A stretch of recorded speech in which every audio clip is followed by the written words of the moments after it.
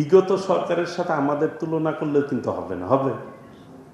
এবং তারা যা করছে আমরা তাই করব, এই মানসিকতা নিয়ে বক্তৃতা দিলেও কিন্তু ঠিক না। আমরা সবাই কিন্তু একটা রেজিমের বিরুদ্ধে আন্দোলন করে একটা ফ্যাসিস্ট গভর্নমেন্টের বিরুদ্ধে এখন যারা সংসদে রয়েছে বিশেষ করে সবাই কিন্তু একটা ফ্যাসিবাদের বিরুদ্ধে আন্দোলন সংগ্রাম করেছে যে এই বাংলাদেশ আমরা চাই না।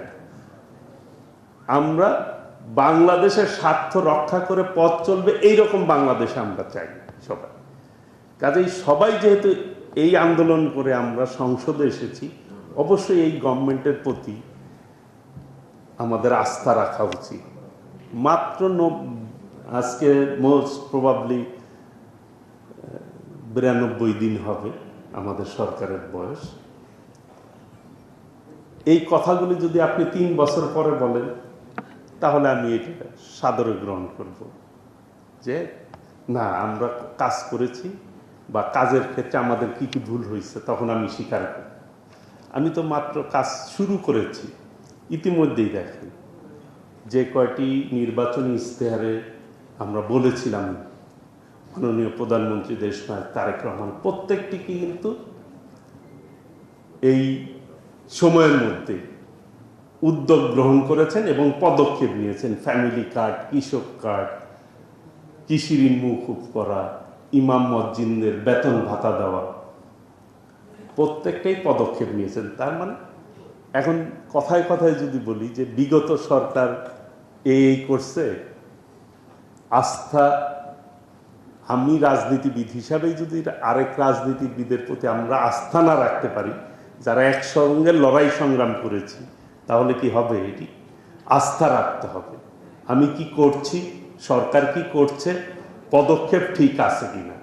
কাজেই বিরোধিতার খাতিরে বিরোধিতা করলে হবে না, আমাদেরকেও নিজেদেরকে চেঞ্জ হতে হবে, পরিবর্তন হতে হবে। সবাই পরিবর্তন চায়, মানে সবাই পরিবর্তন চায় বিদায় ফ্যাসিবাদের পতন হয়েছে।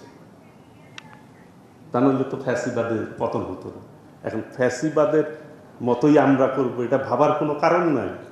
আপনাদের বিবেকের কাছেই প্রশ্ন রাখতে চাই এবং যারা শুনছেন, যারা শুনবেন তাদের কাছে প্রশ্ন রাখতে চাই। এই যে গবাদি পশু আমরা কুরবানি দেই কি আল্লাহকে রাজি খুশি করার জন্য এবং হালালভাবে সেটা করে থাকেন। এই যে চোরাই পথে যে কুরবানির গরু আসতেছে, এটা অবৈধ বলবো আমরা। যদি এসে থাকে, আমরা কিন্তু নির্দেশনা দিয়েছি যে বর্ডার এলাকায় কোনোভাবে যাতে এবার গবাদি পশু ওই পার থেকে না আসতে পারে, সেই ব্যাপারে সর্বোচ্চ পদক্ষেপ আমরা নিয়েছি।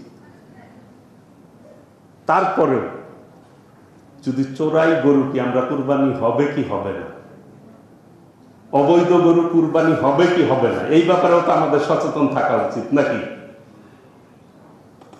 আমরা যারা ক্রেতা তাদেরও কিন্তু এই ব্যাপারে সচেতন থাকা উচিত। আমাদের পর্যাপ্ত আছে আল্লাহর রহমত।